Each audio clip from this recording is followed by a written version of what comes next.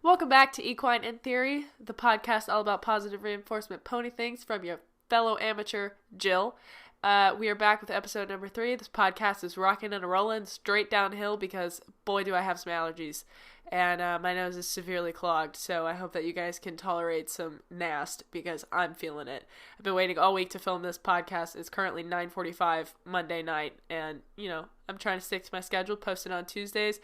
And I've been waiting all week for this to go away, and it has not. So we're going to do the best we can with what we got. So let's just jump into this.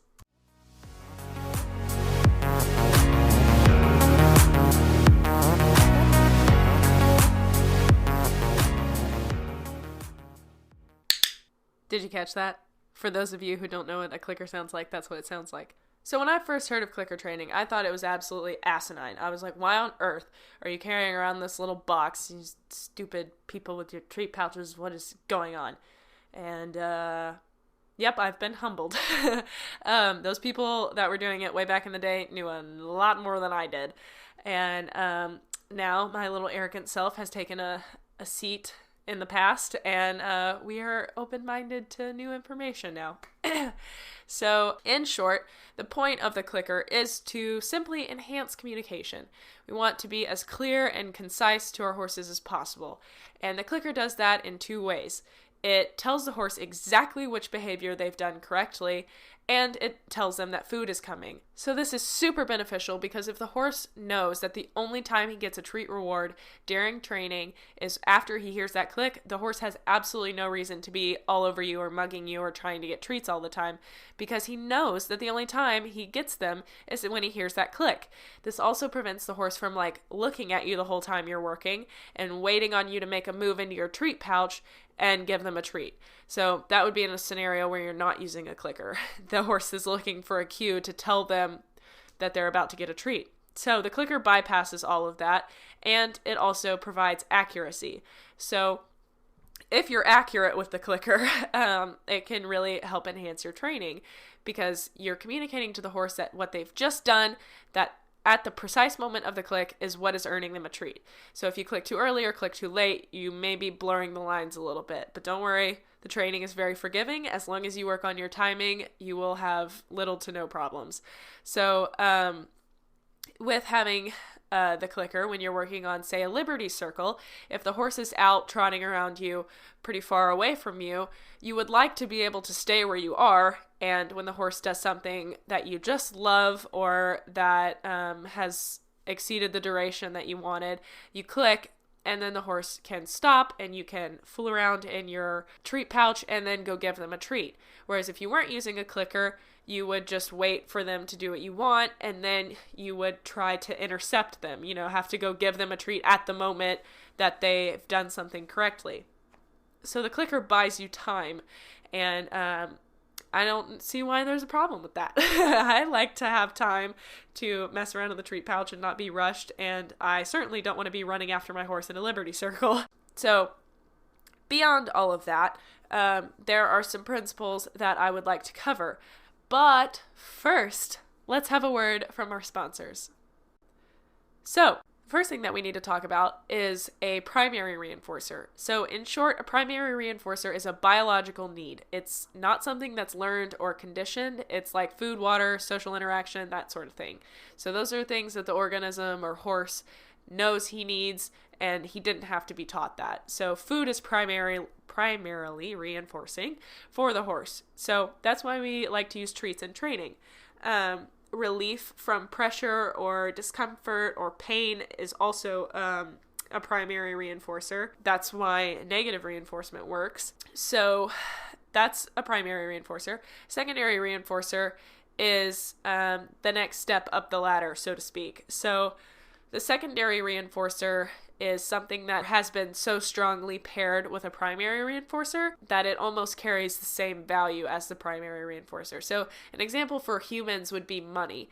So we get really excited when we get a paycheck or some cash because it's been so closely tied to other reinforcers, like primary reinforcers, like food. Ah, yes, I just got cash. I can go buy dinner today or go buy groceries. The piece of paper itself has no value to us. It's what it can do that does.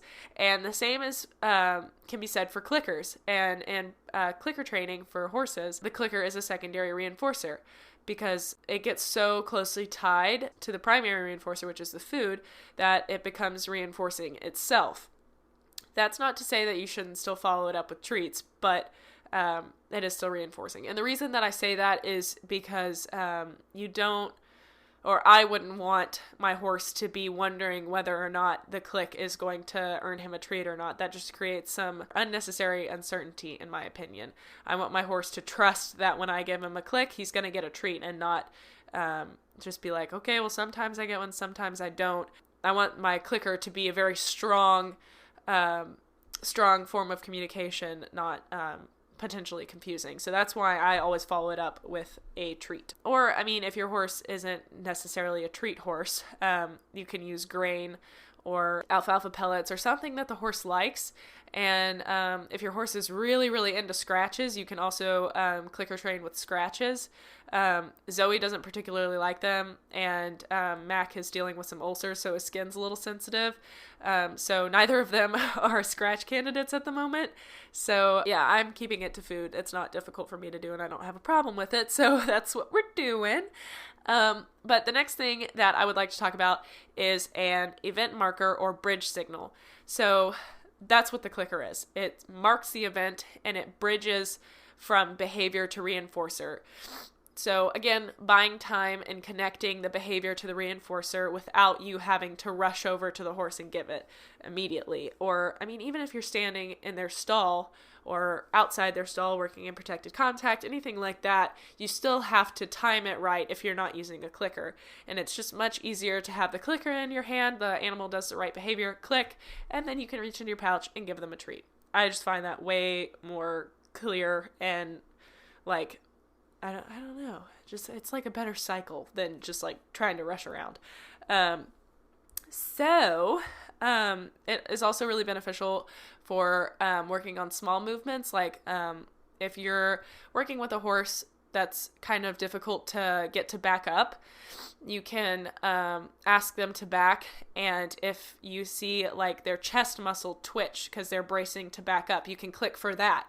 And that's something that would be a little difficult to give a treat for because you might miss the moment. Whereas with a clicker, you're at the ready. So now that you understand what the point of the clicker is, now might be a good time to discuss how you even work the thing.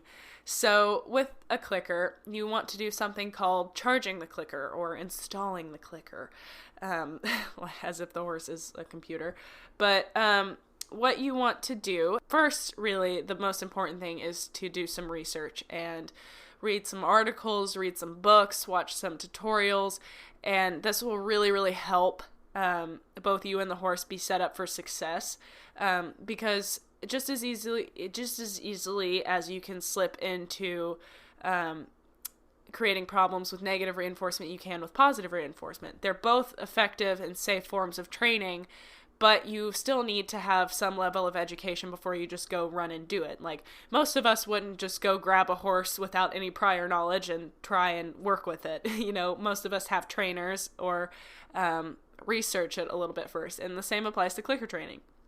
So how you would go about charging the clicker would be to start with targeting, as I explained in my last episode. You hold up an object like a Gatorade bottle or whatever you can find, have the horse touch it, and when they touch it, you click and give them a treat. At first, they will have no idea about the clicker. It's just an arbitrary sound to them at this point. It means nothing. And you could stand there and click it all day long, and it would mean nothing to the horse unless you give it meaning. So make it a secondary reinforcer. So holding up an object and having them touch it, click treat, hold up an object, click treat. Over time, they learn that the clicker is connected to not only the food coming, but also to the behavior that's earning the food. So what do you do if your horse is afraid of the clicker sound?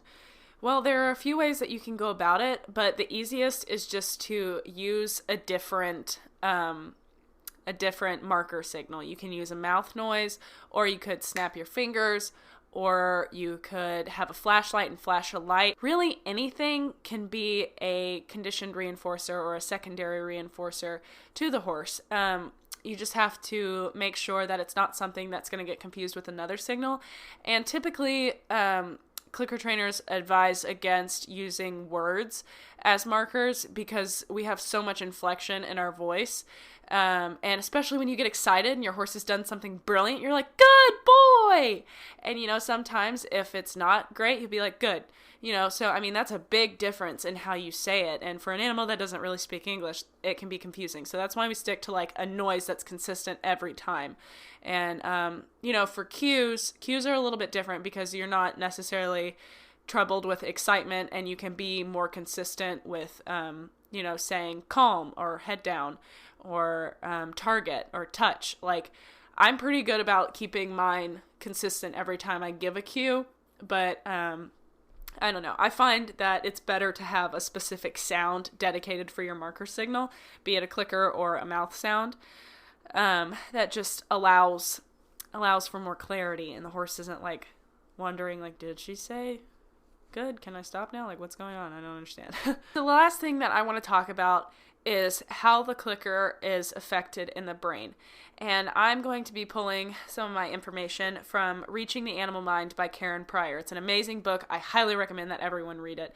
And she is hilarious, and her book is just awesome to read. You're intrigued the whole time, and it makes science interesting. And especially when you can apply it to horses the whole time you're reading it, I'm like, oh, I could do this, I could do this, I could do this. I found myself so many times reading this book being like, okay, now I have to go back and read the past 4 pages because I was thinking about what I'm going to be doing with my horse instead of reading. But anyway, one of the little excerpts that I want to read to you guys is the click goes through the amygdala. That explains some of the attributes that make the marker-based training, shaping, and our learned system of positive cues so different from teaching via verbal instruction, luring, coercion, and punishment. So, by using the clicker, it targets this part of our brain or animal brain called the amygdala. It's this little center in your head that is responsible for your seeking and avoidance system, so seeking pleasure and avoiding pain. And by using the clicker, it just it's a conditioned reinforcer, so it goes straight to that part of your brain. And since it makes the animal anticipate pleasure instead of avoidance, they are super happy to hear it. And when it hits that part of their brain, it can trigger dopamine and make them very excited and feeling good and just happy to be a part of what you're doing. So I think that I've made a pretty clear case for why I switched to clicker training and why I think the clicker is so effective. It provides so much information to the animal, and it also has this effect on their brain that's super positive, and they just really enjoy the training. And that's not to speak against any other training methods, but I know that my horses really enjoy working and problem solving and figuring out what we're doing and how they can earn the treat. So yeah, in summary, the clicker is an enhancer of communication. It tells the horse that food is coming and what behavior they've done is the correct behavior, and that's what's earning them the reward. So it also buys the trainer time, and you don't have to rush after the animal. It releases dopamine in the brain. It's arbitrary. It's not going to get confused with other sounds. And yeah, I think that about covers it. There is one thing that I would like to add lastly here, and that is before you rush out to go, experiment with this and see what you think about it. I highly recommend watching some tutorial videos or reading some articles or some books, and just really making yourself aware of how this works, why this works, and doing that will set you up for a much greater chance of success. There are so many people that I hear saying, my horse doesn't like clicker training and he doesn't like positive reinforcement training, and if that's the case, then I'm inclined to say that it's operator error, because by definition, the animal has to like positive reinforcement. So I really encourage anyone who's interested in trying this to just do a little research. And I know that sounds so obnoxious, why should I even have to? But if you are interested, it really is worth it, and it's a lot of fun, and I sound like I'm selling it, but I don't know, I have had such success with this with Zoe and seeing a massive difference in her, and if you don't believe me, head over to my YouTube and watch some of my old videos and look at her body language, because she was not happy.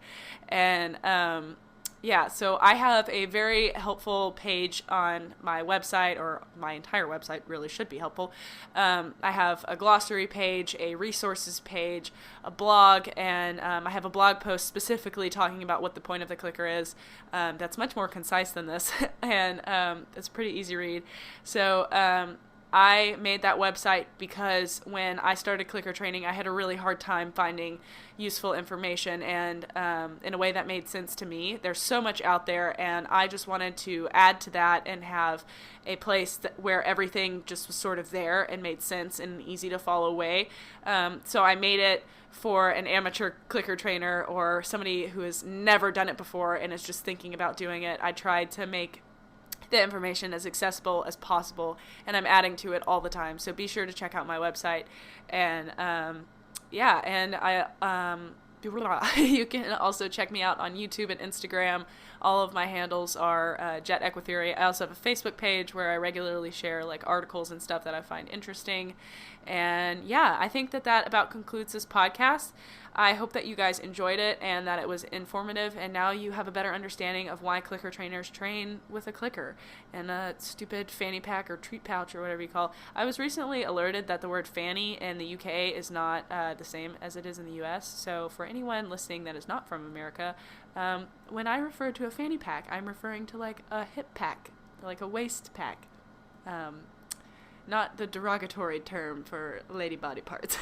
So, I hope that you guys enjoyed this podcast, and I hope that it was informative, and I will see you guys next Tuesday. Be sure to subscribe and leave a positive review for me, and let me know what I can do better. Let me know what you guys are interested in. Shoot me an email at jetequitheory@gmail.com, and yeah, thank you guys so much for listening. See you next time.